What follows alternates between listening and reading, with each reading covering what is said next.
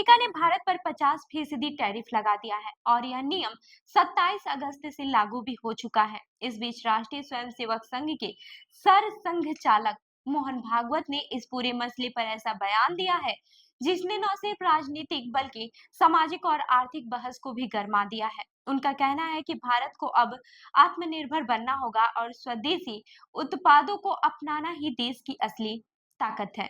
नमस्कार, मैं हूँ रूबी सिंह और आप देख रहे हैं मुरादाबाद की आवाज न्यूज। आपको बता दें कि अमेरिकी राष्ट्रपति डोनाल्ड ट्रंप के फैसले से भारतीय निर्यातक और व्यापार जगत में चिंता का माहौल है।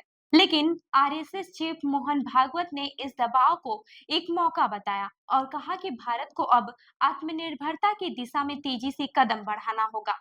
भागवत ने साफ शब्दों में कहा, अंतर्राष्ट्रीय व्यापार स्वेच्छा से होना चाहिए, दबाव में नहीं। जो चीजें हमारे देश में बनती हैं उसे बाहर से लाने की कोई जरूरत नहीं। उन्होंने पीएम मोदी की आत्मनिर्भर भारत की नीति का समर्थन किया और कहा कि भारत को किसी भी देश की शर्तों के सामने झुकना नहीं चाहिए।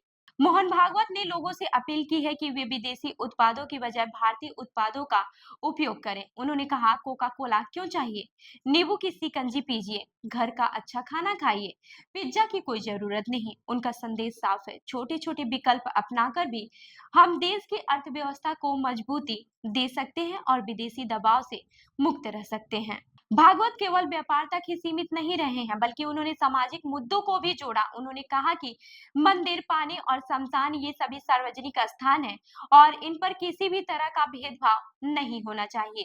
जाति के नाम पर मनुष्य को बांटने की सोच को खत्म करना ही असली राष्ट्र निर्माण है। मोहन भागवत का यह बयान केवल अमेरिकी टैरिफ के खिलाफ एक प्रतिक्रिया नहीं है, बल्कि यह आर्थिक, सामाजिक और सांस्कृतिक आत्मनिर्भरता का बड़ा संदेश है।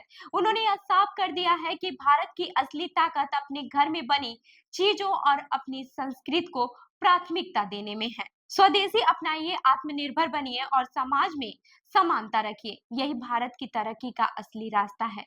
इस बयान ने साबित कर दिया है कि अमेरिकी टैरिफ सिर्फ एक व्यापारिक चुनौती नहीं, बल्कि भारत के लिए अपनी स्वदेशी पहचान और आत्मनिर्भर को मजबूत करने का अवसर भी है। तो इस खबर पर आपकी क्या राय है, हमें कमेंट करके जरूर बताएं। और ऐसी ही अन्य खबरों के लिए हमारे चैनल को लाइक करें, शेयर करें और सब्सक्राइब करना ना भूलें।